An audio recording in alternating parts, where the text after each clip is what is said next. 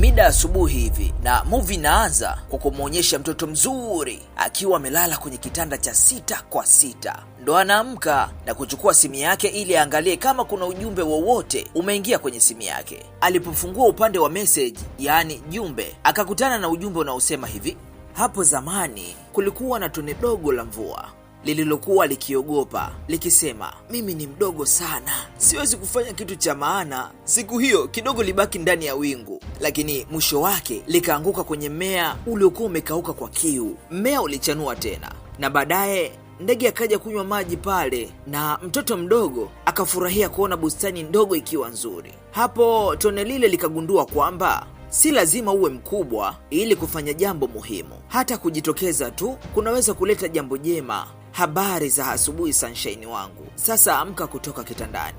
Kiukweli mimi huu ujumbe hata sijauelewa, lakini kwa kuwa wenyewe wanaelewana ndio maana unamwona anacheka hapa. Binti alitabasamu kwa furaha mno, akajitoa uchovu wa usingizi kwa kujinyoosha, kisha akatoka kitandani ili ajiandae kwenda shule. Huyu binti anaitwa Diana, na huyo alimtumia hiyo message anaitwa Chese, ni rafiki yake wa kiume. Wameshibana kinoma. Princess wangu, bado haujawa tayari tu? Shikamoo mama. Marhaba mwanangu, habari za asubuhi, umeamkaje? Salama tu. Unajua siku yako kuzaliwa imekaribia Hii hapa kadi ya mwaliko, mwandishi alizileta jana usiku, kwa hiyo zipo sebuleni. Hii ni mojawapo tu. Asante mama, najua utafurahi na kutakia siku yako kuzaliwa mapema. Asante, lakini usisahau nilichokwambia, uwe makini na marafiki unaowaalika. Mama, niamini, marafiki zangu wote ni wazuri na wanaheshima. Sawa, na iwe hivyo. Aya, twende. Diana anaishi na mama yake tu. Filamu inaitwa School Friendship. Ninayekuletea burudani hii naitwa Clever, na hii ni Clever TV. Usisahau kusubscribe, kulike, kushare na kucomment ili uwe wa kwanza kupata movie mpya nitakazokuletea. Hii ndo shule anayosoma Diana, na huyu jamaa ndo alimwandikia ujumbe Diana kabla hata hajatoka kitandani. Ni marafiki wanaopendana sana. Huyu jamaa nilikwambia anaitwa Chese, na alikuwa amemletea zawadi Diana kwa ajili ya siku yake ya kuzaliwa. Sasa hapa Chese yuko na jamaa zake, wanamwambia Diana ni demu wako, lakini Chese anakataa kabisa na kusimamia msimamo wake kuwa yeye na Diana ni marafiki tu. Diana akiwa kitandani muda wa usiku, muda wote anachati na rafiki yake ambaye ni Chese. Si unalijua lile tabasamu la kusoma message ambayo umekufurahisha? Ndio hilo hapo kwa Diana. Siku ya leo mwalimu akiwa anaendelea kufundisha, anaingia mwanafunzi mpya. Shikamoo saa. Marhaba. Wewe ni wa hili darasa? Ndiyo. Sasa kwa nini umechelewa? Samahani teacher, mimi ni mwanafunzi mpya, kwa hiyo nilikuwa nimepita kwa ofisi ya mwalimu mkuu. Sawa, njoo hapa mbele ujitambulishe. Okay sawa. Kama kawaida, warembo lazima washoboke. Habarini wanafunzi, jina langu ni Benjamin Smith, lakini baadhi ya watu wananiita Ben. Ni mwanafunzi nilihamia hapa. Nilikuwa nasoma huko Marekani alipo baba yangu, na sasa nimehamia hapa Nigeria ambapo anaishi mama yangu. Asante. Sawa, nenda kakae. Sawa. Mambo poa. Jamaa akaenda kukaa na mwalimu akaendelea kufundisha. Sasa jamaa akiwa anahangaika kutafuta peni, Diana akachukua peni yake akamwazima, utairudisha baadaye. Jamaa anaonekana ni mjuaji sana. Kwenye mapumziko, Diana akiwa na rafiki yake wanaendelea kupiga story. Benjamin au Ben akamfuata ili amrudishie peni yake. Nashukuru sana, sikutegemea kama siku ya kwanza nitaweza kusahau kalamu. Wakapeana mikono taratibu na kuendelea kupiga story. Wakati wanaendelea na story, kuna huyu binti kumbe ameshamzimikia Beni. Anaitwa Sara, anamwangalia muda wote tu. Chese na mashikaji zake hawajapendezwa kabisa na ujio wa huyu mwanafunzi mpya ambaye ni Benjamin, au jina lingine unaweza muita Ben. Kwa hiyo muda wote wanamsema vibaya tu, wakawa wanamsubiri ajichanganye. Sasa si ndo akaingia kwenye 18 zao, anakuja, tulieni. Ben anataka kupita, akazuiliwa. Afu akamwambia, sogea hapo, wewe ni mpya hapa si ndio? Nafikiri nimeshajitambulisha darasani. Unamchekea nani sasa? Huyu Chese ameanza kumchukia Beni kwa sababu anahisi urafiki wake dhidi ya Diana utaisha kwa sababu ya huyu Beni. Basi wakapigana mikwala pale. Sasa wakati Beni anataka kuondoka, akamshika shavu Chese. Hivi mmeona amevunishika shavu? Diana akaja kumwalika Beni kwenye birthday yake, yaani siku yake ya kuzaliwa. Kwa hiyo kamletea kadi ya mwaliko. Siku yangu ya kuzaliwa imekaribia, kwa hiyo nitakuwa na sherehe. Nimekuletea kadi na kushukuru kwa mwaliko. Wakiwa wanaendelea kuongea, Chese akaja na rafiki yake. Beni ikabidi aondoke, tutaonana baadaye. Sawa Beni. Chese akamwangalia. Usiniambie tu umemwalika huyu jamaa kwenye sherehe yako. Ndio hivyo. Asa kwa nini unafanya hivyo? Unajua kabisa hujafanya sahihi kumwalika huyu jamaa. Lakini ni mwanafunzi mwenzetu. Ni mwenzetu, si ndio? Ndiyo. Okay, sawa, ni sherehe yako. Huyu binti anaitwa Sara, anajitegesha kwa Ben.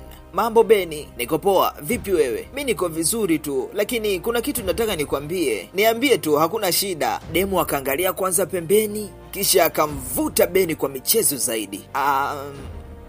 Nimefurahi kukutana na wewe, lakini kuna kazi bado sijaimaliza, ngoja nikaimalizie. Binti akabaki anajing'ata lipsi tu. Diana akawafuata wanafunzi wenzake ambao wanasoma nao na kualika katika hiyo sherehe yake ya siku yake ya kuzaliwa, kisha akasisitiza waje wakiwa wamependeza. Leo ndo siku ya sherehe ya kuzaliwa ya Diana, kwa hiyo mashikaji zake wamekuja kusherekea. Beni ndo kaingia kinyamwezi muda huu, kwa kuwa haelewani na wakina Chese, ikabidi amsalimie jamaa ambaye angalau anaelewana. Akaelekezwa Diana yuko juu, kwa hiyo ikabidi amfate. Jamaa wakaona hizi dharau, ikabidi wamfate pia. Kama kawaida wakaendelea kutambiana. Beni ana tabia moja, pindi wanapomaliza kubishana huwa anamshika shavu Chese, yaani kama vile anamuonyesha Chese kuwa bado chali, kisha anaondoka. Chese hiyo kitu inamkata kinoma. Ameishika sura yangu kwa mara ya pili.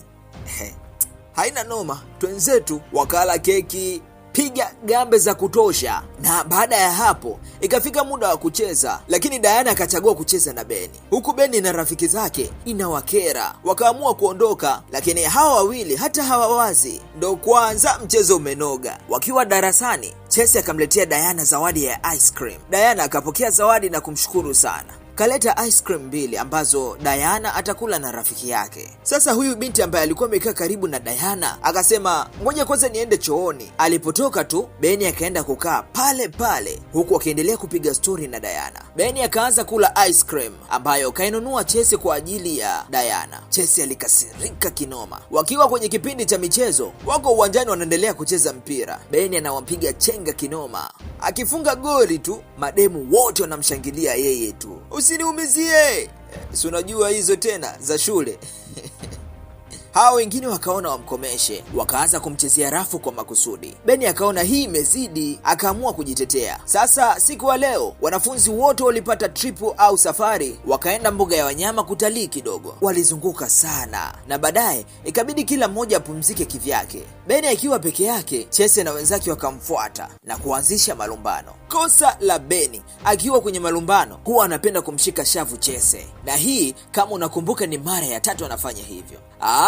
Chese akaona hizi dharau, ngumi zikaanza tena. Alafu kibaya zaidi, mashikaji wa Chese wakaungana kumpiga Beni. Jamaa mmoja ndo akapata akili ya kwenda kumwambia Diana kuwa Chese na Beni wako kule wanapigana. Diana akatoka mbio mbio na kukuta Beni yuko anapigwa. Akafika anamtetea. Kwa bahati mbaya bana, na Chese akapigwa ngumi ya kutulizwa. Hapo hapo akauzima.